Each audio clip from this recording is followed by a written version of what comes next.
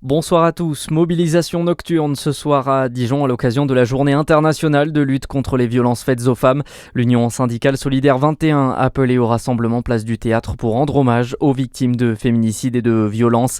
Des rassemblements également prévus ce soir dans toute la France, notamment à Paris devant le Panthéon, mais aussi à Toulouse, Marseille, Rouen ou Nantes.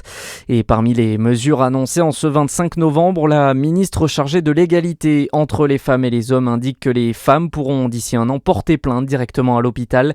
Ce matin, la ministre de la Santé, Stéphanie Rist, a aussi annoncé le lancement d'une expérimentation pour combattre le phénomène de la soumission chimique.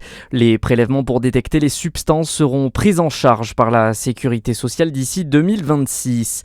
En Côte d'Or, les autorités passent à la vitesse supérieure pour anticiper les inondations. La préfecture a lancé un exercice grandeur nature pour tester le dispositif Orsec Inondation. Il a débuté hier et devrait durer toute la semaine. Les services de l'État simulent une montée des eaux sur la Saône, l'Ouche et la Tille, des cours d'eau fréquemment touchés lors des fortes pluies. Au total, 33 communes et plusieurs associations de sécurité civile prennent part à l'opération. Le SDIS 71 porte plainte après l'agression de Jordan Clément, violemment agressé vendredi à Chalon-sur-Saône. Il a été attaqué alors qu'il intervenait pour aider un homme au sol dans un immeuble. Le sapeur-pompier souffrant d'un traumatisme facial est toujours sous suivi médical. Le SDIS 71 qui annonce qu'il se constituera partie civile pour le défendre. Pour rappel, les violences envers les pompiers sont passibles de 10 ans de prison et 150 000 € d'amende. Dans le reste de l'actualité, l'information a été confirmée par le parquet de Paris cet après-midi. 4 personnes ont été interpellées aujourd'hui dans l'enquête du cambriolage du Louvre. Le musée avait été visé le 19 octobre dernier par un vol spectaculaire et l'enquête connaît donc un tournant aujourd'hui, François Germain. Oui, il s'agit de 2 hommes et de 2 femmes, tous âgés d'une trentaine d'années et originaires de régions parisiennes. Ils ont été interpellés en Île-de-France et en Mayenne, à Laval, pour l'un d'eux. Un homme de 39 ans suspecté d'être le 4e membre du commando à l'origine du cambriolage. Déjà connu de la justice pour des cas, il aurait été l'un des conducteurs du scooter utilisé pour assurer la fuite de l'équipe.